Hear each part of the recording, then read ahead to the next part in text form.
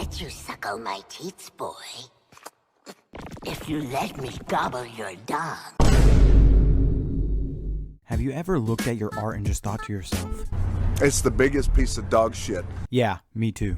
I've been looking over my art recently and I've noticed something. I've been practicing more anatomy and that's getting better. I've been practicing my composition and that is getting better, but something still seemed off. And then it clicked to me, it's my art style. I've literally had the exact same art style since high school, so I really need to leave my high school self behind and turn into an adult art man thingy. So with that being said, what better way to do that than to start copying, studying other people's art styles, starting with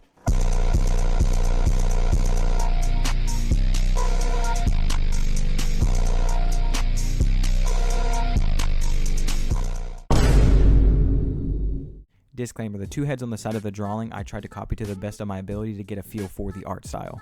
Now the other drawing is completely from my own head. If you copy, make sure to give credit where credit's due. Now onto the video.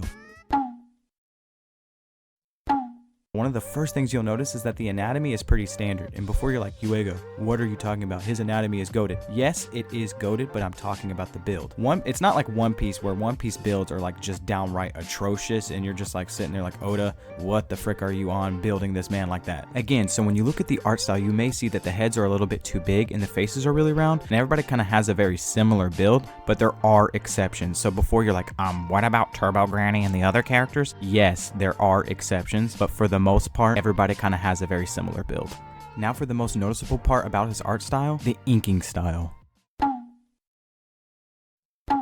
Now this dude is completely cracked at inking. The way he uses his heavy shadows and his cross-hatching, it is like so legendary. Fun fact, Yukinobu Tatsu was actually a manga assistant for Fire Punch, which also has heavy shadows and cross-hatching. So when I was drawing and inking this, I just kind of blocked out the parts that I wanted heavy shadows in, and then I just filled the rest in with cross-hatching. So you must be wondering, what about the toning? This dude does not tone barely at all. The only type of toning I've seen is on Turbo Granny, and he literally cross-hatches everything else. When it comes to clothing, when it comes to freaking backgrounds and stuff like that, everything is freaking cross-hatched. It is crazy. This dude must spend so much freaking time doing these panels, and that's, to me, that is my favorite aspect of that, is the fact that he uses very little tones and just tries to replace that with a bunch of cross-hatching. So that's where something like Chainsaw Man and Dandadan may differ, is because yes, Chainsaw Man does use heavy shadows, but it also uses a lot of screen tones, where Dandadan doesn't have barely any screen tones and a lot of cross-hatching and also still has heavy shadows.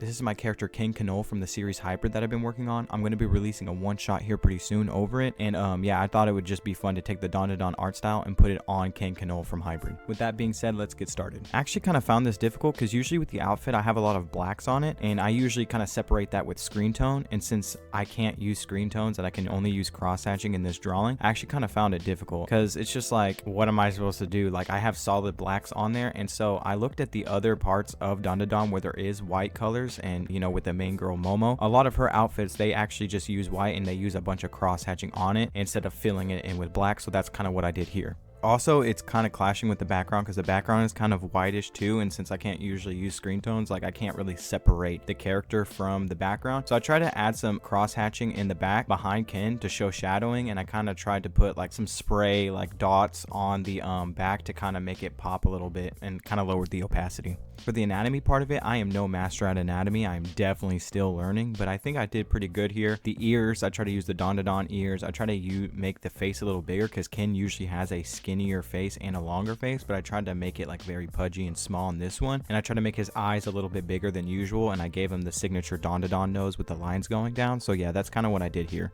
Like I stated before, me and my friend Levin are actually working on a one-shot. It should be done maybe a couple weeks after this video is put out, so probably like a week or two after November. And so with that being said, I would like for you guys to kind of read it. We will be sharing that on my Instagram, including our shared account, Studio Ivory's Instagram, so be sure to follow that to get updates. I am pretty excited because it's my first ever one-shot that I would have completed in my lifetime. Now, it is my first ever one-shot, so with that being said, it probably won't be the best, but I'm kind of doing this to get better at storytelling, so all the one-shots will not be canon, but they are to help out the actual main series, if that makes sense. Hopefully, by doing these type of videos, my art style will continue to get better and my storytelling will continue to be better. So if you want to see more videos like these, make sure to comment down below and see which art style you want to see next. With that being said, this will be the end of the video. Make sure to follow my Instagram at UegaArt to get the one-shot updates. I will be making videos on that here pretty soon. Peace.